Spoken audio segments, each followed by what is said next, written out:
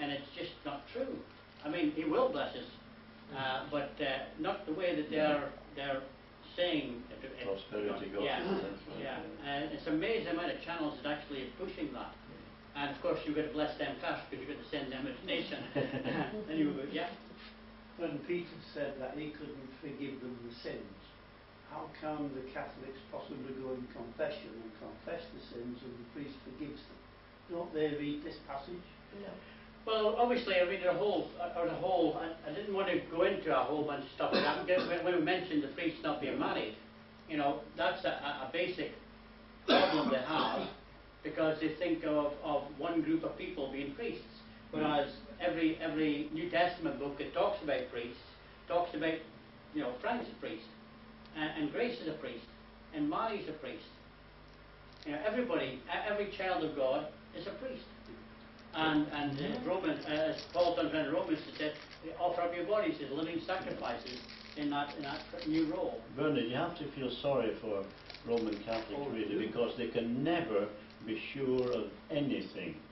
There's a doctrine that's in the canon law of the Roman Catholic Church called the doctrine of intention, and it means that when a priest is doing anything or saying anything, he must at that moment have the proper intention. So if in confession he gets a bit bored with what's being said, and his mind wanders, and then he finally says, "To absolve, I absolve thee," if he wasn't really concentrating on that, no sins are forgiven. And if the priest confessed his sins to the bishop, and the bishop was preoccupied with something else at the time, or even installing him as a priest, if the bishop didn't have the proper intention at the time, he's not a priest, and consequently every sacrament that he performs is invalid. There's no certainty in Catholicism because of that doctrine. The doctrine of intention.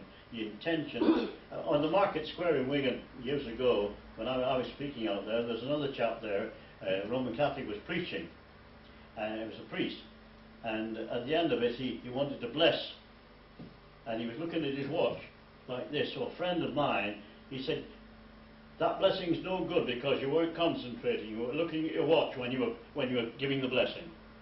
And he's right. That's Catholic doctrine says that was meaningless because he didn't have the right intention at the time. So you can never be sure that the priest has the intention, or that the bishop has the intention, or the archbishop has the intention. It's a terrible doctrine, really. Interesting, yeah.